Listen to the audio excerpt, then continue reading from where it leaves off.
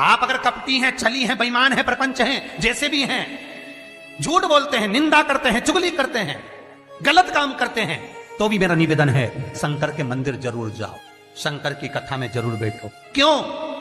एक मंदिर के दरवाजे पर लिखा हुआ था, अगर आपका मन गंदा है तो मंदिर जरूर आना, मंदिर जरूर आना। किसी ने पूछा, गुरुदेव ये मंदिर के दरवाजे पर लिखा है कि मन गंदा है तो मंदिर जरूर जाओ, उसका कारण क्या है? हमने कहा कारण केवल इतना सा है, बच्चा नाली में गिरता है, बच्चा धूल में गिरता है, बच्चा रज में गिरता है, बच्चा कीचड़ में गिरता है तो पड़ोसी साफ नहीं करता। उस बच्चे को अगर गंदगी हो गई है, बच्चे गंदगी में आ गया तो उसको कोई पड़ोसी साफ नहीं करेगा, उसको कोई पड़ोसन साफ नहीं करेगी, उसको देवरानी जेठानी साफ नहीं करेगी। बच्चा अगर कीचड़ में गिरा है तो उसको उसकी मां और बाप ही साफ करेंगे। उसी तरह मन गंदा हो गया, चित्तवृत्ति खराब हो गई तो मेरे ये बाप के पास जाओ, मेरी ये माता के पास जाना, और ये मेरा बाप, ये मेरी मां तुम्हारी जीवन की गंदगी को समाप्त कर देंगे। दुख आया, तकलीफ आई, कष्ट आया, रोग आई, बीमारी आई, तकलीफ हुई है, कहीं मत जाना, ये मेरे माँ बाप के पास जाना। शंकर और पार्वती के पास, उमा महेश्वर के पास जाना, ध्रुमा ध्रुमावती के पास जाना, कमल कमला के पास जाना, तारा तारेश्वर के पास जाना, भोले शंकर के पास जाना। जब मेरा शंभु मिलेगा तो ये सारी गंदगियां मिटा देगा, रोग समाप्त। अकाल मृत्यु वो मरे जो काम करे चंडाल का, काल उसका क्या बिगाड़े जो भक्त हो महाकाल का। वो देगा, छप्पर फाड़ कर देगा। फिर निवेदन करूंगा, जितने कथा करवाए हैं, जितने कथा सुन रहे हैं और जितने पुण्य स्मरण दान स्मरण आदि कर रहे हैं, लिख कर रखो तारीख कि तुमने जो दान पुण्य करा है, तुमने जो ये 300 वर्ष में पढ़ने वाली इस श्रावण के महीने में तुमने जो कथा सुनी है, अगला श्रावण आए तुम बताना जरूर कि कितना पुण्य मिला है, कितना फल मिला, कितना लाभ हुआ, कितना धन कमाया, कितना वैभव कमाया। तुमने तो केवल कुबेरेश्वर महादेव के लिए दिया, तुमने तो केवल वृद्धाश्रम के लिए दिया, तुमने तो केवल गौशाला के लिए दिया, पर उसका पुण्य तुमने कितना कमाया, उसका लाभ कितना मिला। तो और मुझे बताना जरूर, फोन करके व्हाट्सएप पे लिखकर भेजना कि हमने जो करा था अगले साल यही तारीख, यही श्रावण का महीना, फिर याद कर बता कि मिला कि नहीं मिला, 4 गुना हुआ कि नहीं हुआ।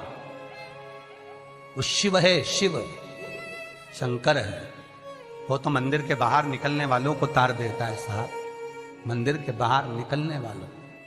इतना सुंदर है, एक चरित्र आता है लिंग पुराण के अंतर्गत। एक सेठ मर गया, बड़ा कंजूसड़ा था, बहुत कंजूस, कभी जिंदगी में ना दान करा, ना पुण्य करा, ना सत्कर्म करा, ना भजन करा, ना कीर्तन करा।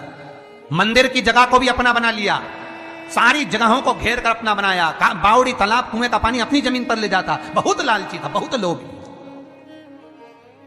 बहुत लोभी।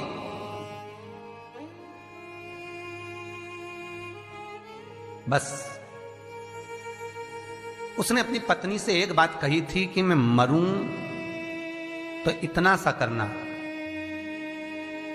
एक इतना सा काम करना कि किसी शंकर के मंदिर के बाहर कचरा पड़ा हो, धूल पड़ी हो, मट्टी पड़ी हो, उसको लाकर मेरे शरीर पर डाल दे, बस, और कुछ मत।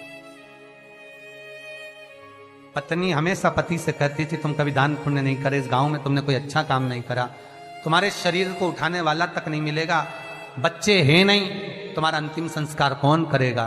पति कहता है बस तुझसे जो कहा वो करना, और कोई दान नहीं, कोई पुण्य नहीं, कोई सत्कर्म नहीं, कुछ भी मत करना। पैसा जोड़ जोड़ के मर गया।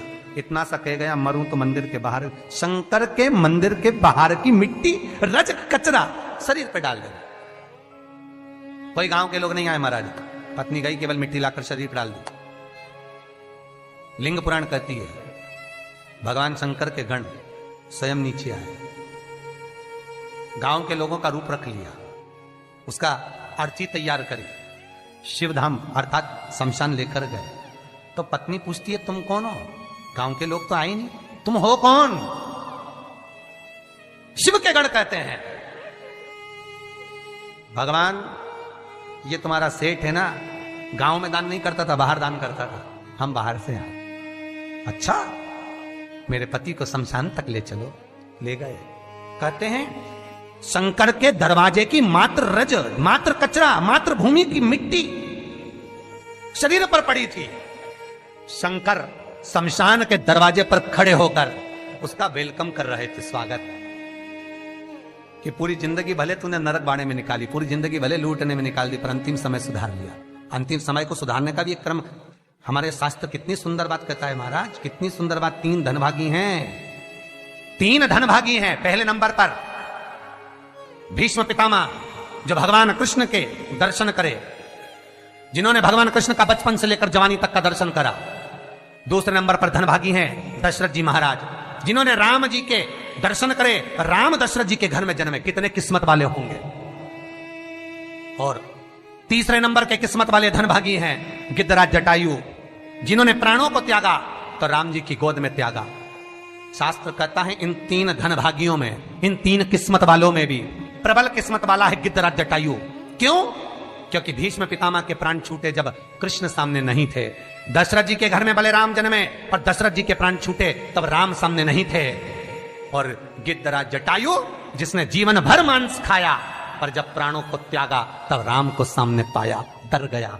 बचपन गया जाने दो, जवानी गई जाने दो, अधेड़ी गई जाने दो, पर बुढ़ापा मत बिगड़ने देना। बुढ़ापे में शंकर के चरण पकड़ लेना, शिव के चरणारविंद पकड़ना, मैं कहीं नहीं जाऊंगा। बीमारी भी दी है तो तूने दी है, सही करेगा तो तुम्ही ने दर्द दिया है, तुम ही दवा दो। मृत्युंजय है तू, जगत का भोला नाथ है तू, सबसे ऊंचा तू ही बैठता है। जहां दुनिया समाप्त हो जाती है वहां से तेरी शुरुआत होती है। लोगों का जहां एंड होता है शमशान, वहां से वो शुरू होता है। जहां दुनिया का एंड है वहां से तू शुरू है। तो तू साधारण नहीं हो सकता भोलेनाथ। अगर मेरे चरण में कष्ट आया है तो तू सही करेगा, मुझे विश्वास है। भरोसा रखना। रोज शंकर के मंदिर के दरवाजे पर बैठकर शंकर पर 5 बेलपत्र चढ़ाकर, 1 बेलपत्र उठाकर चबा चबा के उसके ही दरवाजे पर खा। घुटने भी सही कर देगा, शरीर भी करेगा। बस उस पर विश्वास, उस पर भरोसा। बस शंकर है और मुझे पूर्णता विश्वास है कि वो मुझे हारने नहीं देगा। तो नहीं हारने देगा, नहीं।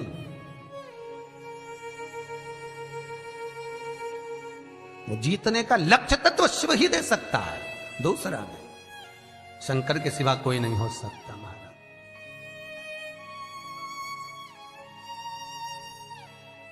बस उस पर विश्वास